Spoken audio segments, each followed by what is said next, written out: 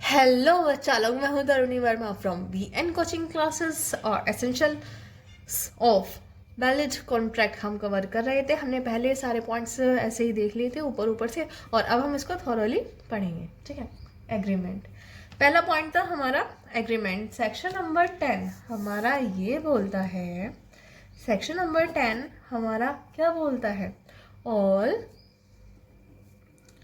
Agreements are contracts. ठीक है, सारे एग्रीमेंट्स कॉन्ट्रैक्ट होंगे, बट कौन से? If they are made by free consent. Free consent मतलब दोनों पार्टीज की मर्जी से। ठीक है,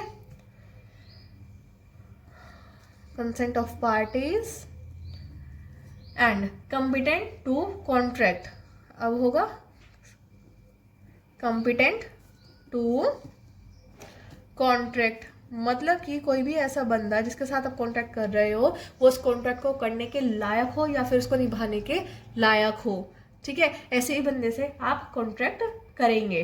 ठीक है, competent to contract for a lawful consideration.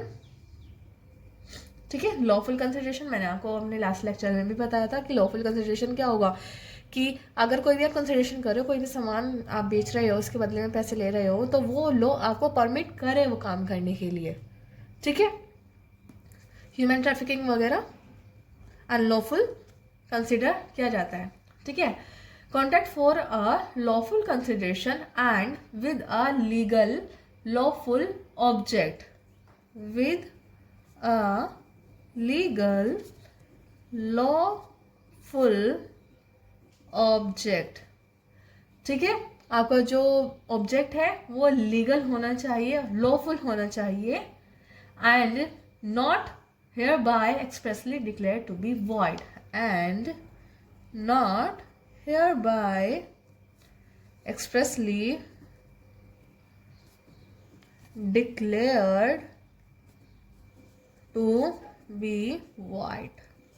ठीक है, हमने वो सारे पॉइंट्स ऐसे पढ़े थे, पर जो सेक्शन नंबर 10 है वो हमारी पूरी एक ये लाइन बोलता है जिसके अंदर ये अलग अलग पॉइंट्स हमारे कवर किए जाते हैं। ये पूरी की पूरी एक डेफिनेशन है सेक्शन नंबर 10 के अंदर जो लिखे जाते हैं, और मैंने आपको ये पॉइंट्स में बता दी। जब आप भी इसको एग्जाम्पल में लिखेंगे तो आप इसको पूरी एक डेफिनेशन के थ्रू ही लिखेंगे। ठीक है, सो गाइज अब हम नेक्स्ट लेक्चर में कवर करेंगे हमारा next section, capacity to contract. ठीक है, अगर आप किसी बंदे से आप कॉन्ट्रैक्ट कर रहे हैं तो उसकी कैपेसिटी क्या होगी। ठीक है, क्या क्या उसकी चीज़ें हैं जो उसको फॉलो करनी पड़ेगी।